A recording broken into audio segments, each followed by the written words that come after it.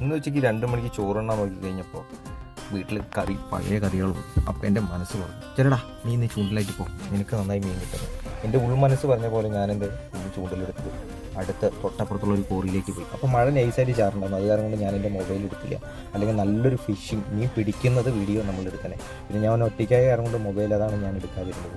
മകൻ സ്കൂളിൽ പോയി കഴിഞ്ഞു. അപ്പോൾ മീൻ കണ്ട ഇപ്പോൾ കണ്ടില്ലേ, എല്ലാം ഒരു മീൻ പോലും ജീവനില്ലാത്ത മീനില്ല. ഞാനത് എൻ്റെ മീൻ പെട്ടിയിലാക്കിയിട്ടാണ് ഞാൻ കൊണ്ടുവന്നത്. അത്യാവശ്യം വലുപ്പമുള്ള സിലോപ്പികൾ മാത്രമേ ഞാൻ എടുത്ത് ബാക്കിയുള്ള ചെറിയ കുട്ടികളെ കിട്ടി കഴിഞ്ഞപ്പോൾ ഞാൻ അപ്പോൾ തന്നെ ഞാൻ അതിനെ ഒഴിവാക്കി വിട്ടു. അതായത് വെള്ളത്തിലേക്ക് വിട്ടു, ജീവനോടെ തന്നെ ഇടാം. അപ്പോൾ നന്നായി മീൻ കിട്ടുന്ന ഒരൊറ്റൊരു സ്ഥലമാണ് ഞങ്ങളുടെ അടുത്തുള്ള ഒരു കോറി. അപ്പോൾ അവിടുത്തെ സിലോപ്പികൾ എന്ന് പറഞ്ഞെങ്കിൽ ഈ വലിപ്പം തന്നെ വരുള്ളൂ. എത്രയോ കാലപ്പഴക്കങ്ങളുള്ളതാണ്, പക്ഷേ ഇത്ര വലിപ്പങ്ങളെ വരുള്ളൂ.